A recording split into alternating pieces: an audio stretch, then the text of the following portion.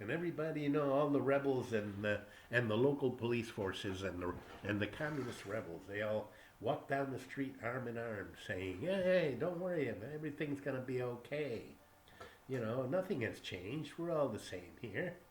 You know. The irony of that was that 14 days later, just 14 days, 19 men just from our neighborhood alone were taken out to this remote firing range 14 kilometers out of town where a bulldozer had dug a shallow trench, and they took these men off this truck and they lined them all along the length of that shallow trench, and they machine gunned them down, and then they covered them over, and just a couple hours later his wife arrived at that grave site because she knew her husband had been taken out there. Her husband, her brother, and her father.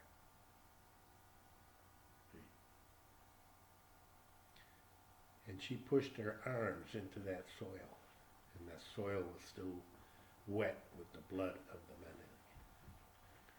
And she pushed her hands into that soil, wanting to reach down and touch her loved ones. And she came up with two bloody arms and blood all over her dress. And she picked up some of the empty cartridges along the ground and carried them back into town. She walked 14 kilometers back into town. And every step she took, she was screaming and crying. 2 weeks later, my uncle was allowed to go back to that grave site and take his brother out of there, and so that he could be buried in a decent grave, And when he got there, he said that the stench was terrible. He could hardly stand there without throwing up. And he was provided no shovel or anything. He just had to dig through there.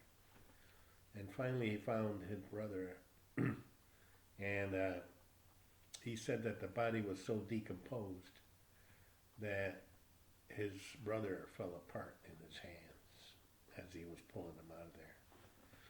And he had to put him in this box as well as he could. And he took him back into town, and they prepared a grave for him at the cemetery.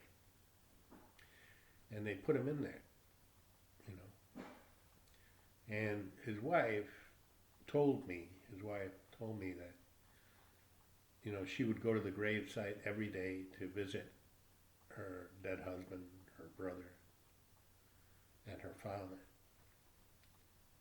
And that when she arrived at the gravesite, there would be evidence that several people had urinated on the graves of these men. And in Cuba, like in a lot of, like they do in Louisiana, New Orleans, and other places, the cemeteries are above ground, and some are more elaborate than others. Some are marble, some are tile. I've been to my uncle's gravesite in Cuba, and it's a very nice white tile gravesite, and it's above ground, And that was the style. That's the way they did it in these tropical countries. And my aunt said that she would visit the gravesite, and there would be evidence that several people had urinated and defecated on the graves of these men. So even after they had died, they were still being persecuted and humiliated by the communists there. After this occurred, my Uncle Nestor, after digging his brother out of that shallow grave, my Uncle Nestor told me that he was filled with rage and disgust. And he joined a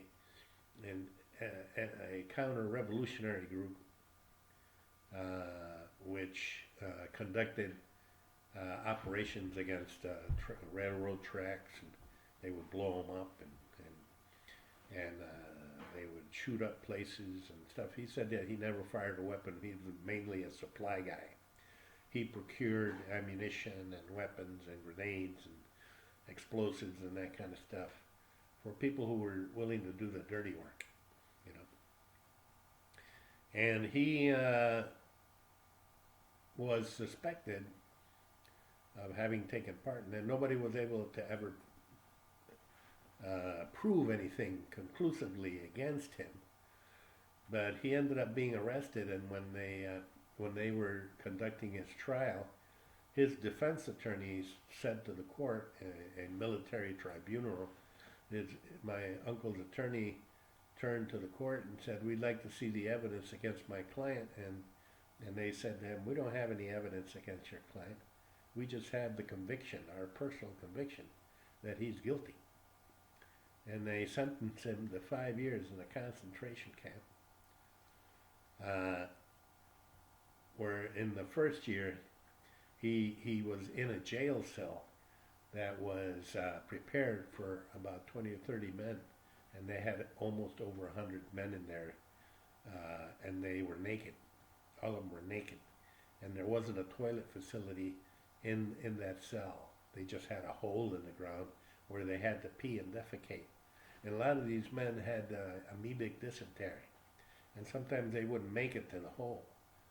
And they were so packed together that sometimes these men would lose control of themselves and defecate over other people that were there.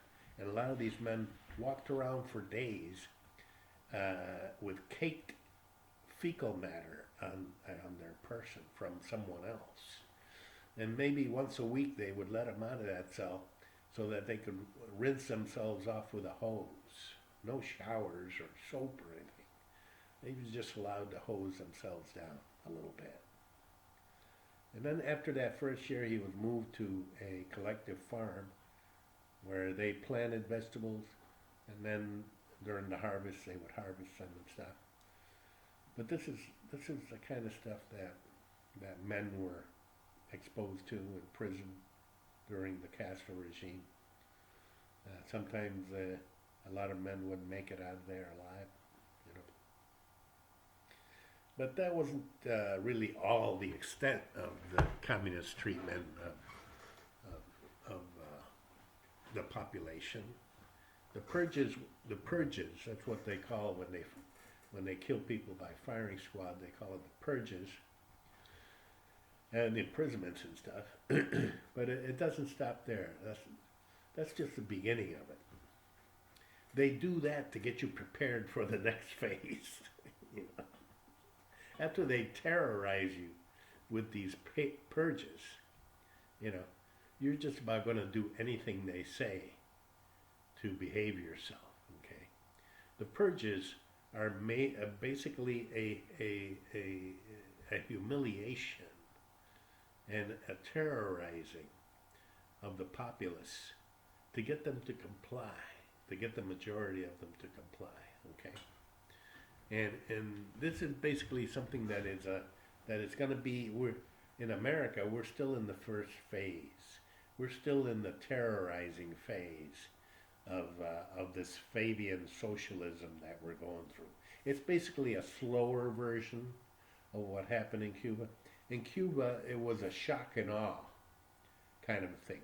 But here in the United States, since people are still very well armed, they're going through this very same process, but it's called Fabian socialism, where they basically is like putting a frog in a pot of cold water and then slowly turning up the heat till the frog doesn't realize he's being boiled to death.